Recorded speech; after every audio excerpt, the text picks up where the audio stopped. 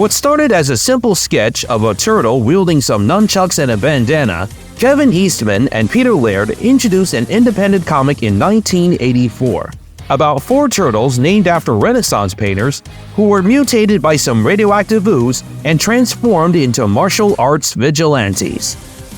It wasn't until a few years later that a line of action figures, a trilogy of live-action movies, and especially an animated series brought these Heroes in a Half Shells into pop culture phenomenon.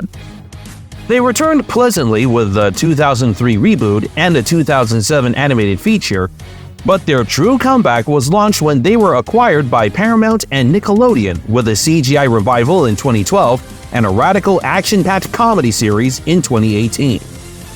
There was also that time when they returned to the silver screen with 2 more feature films produced by Michael Bay, and, No, whoa, chill. It's just a mask.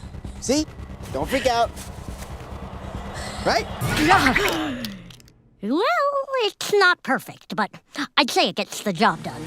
But now as we're close to the franchise's 40th anniversary, it's time to see Leo, Donnie, Raph, and Mikey enter a newly animated generation in the hands of Seth Rogen and his team at Point Grey with Mutant Mayhem. In this reincarnation, a new breed of mutants, led by the vengeful Superfly, are planning to wreak havoc in New York City. With the help of their human companion, April O'Neil, this could be the big break for the Turtle Bros to be accepted by the public by stopping Superfly's wrath on the human race. We're really sorry, Splinter. Some of the guys want to see a movie and I try to talk them out of it. Leo! What? You watch a movie with the humans? Ugh. You ratted us out. Hey, don't use that word that way. The movie succeeds in a way that has been barely touched on before in previous versions of the franchise, which is the teenage aspect. Think about it. We've all been through this early stage in life when all you want to do is fit in with other teens, like going out to see a movie, eating some pizza, and doing some crazy stunts behind our parents' backs, right? These are practically the most genuine interpretations of our reptilian scallywags, because this is the first version to have our heroes voiced by actual teenagers. And very solid performances too, with Shannon Brown Jr.'s quick-witted improv as Mikey, Brandy Noon going all out as the headstrong Raph, McKay Abbey being the cautious tech whiz Donnie, and Nicholas Cantu as the angsty but responsible leader Leonardo. The same thing can be said with the rest of the cast, with Ayo Enderberry as the conspiracy theorist teen reporter April O'Neil. Jackie Chan is a natural choice as the wise yet overprotective Splinter. The other mutants, such as Mondo Gecko and Scumbug, have their own hilarious moments to shine, and hip-hop legend Ice Cube truly nails his performance as Superfly, with his backstory and motivation to take down the humans with an iron fist. Or rather claw in his case. Let me guess. 15 years ago, right? Some sludge was dumped in the sewer, and y'all came from that. Well, we prefer the term ooze, but yeah. It's like more like, it's just nicer. It rolls off the tongue better, yeah. Not to mention that some of the other actors really did get into their character roles instead of just using their regular voices, such as pro wrestler John Cena as Rocksteady, and especially Maya Rudolph as Cynthia Boutron. Overall, this is probably the most character-driven take on the Turtles franchise I've ever witnessed. But what about the visual side of the motion picture? Well, if I can be brutally honest, the animation can be choppy at times, and the character models do look a bit rough and abstract, especially the background humans. The color palette can be very dank and toxic, and there are just scribbles all over the place. In other words, it feels like a cruddy attempt to copy the Spider-Verse style, and yet it truly works for a movie like this!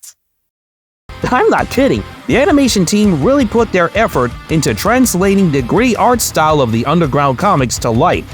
And this is all credited to the film's director, Jeff Rowe, who previously co-wrote and co-directed the delightful family comedy The Mitchells vs. the Machines. The visual presentation is like a marriage between stop-motion and classic edgy cartoons from the 1990s, such as the works of Klasky Csupo, Mike Judge, and especially the Nicktoons at the time, such as Ren and Stimpy and Rocko's Modern Life. Perhaps the biggest highlights of the animation would be the atmosphere of all the environments, from the streets of New York to the bottom of the sewers, and truly the action fight sequences that might have taken some inspiration from classic martial arts movies starring Jackie Chan. Which does make more sense of casting him as Splinter now that I think of it.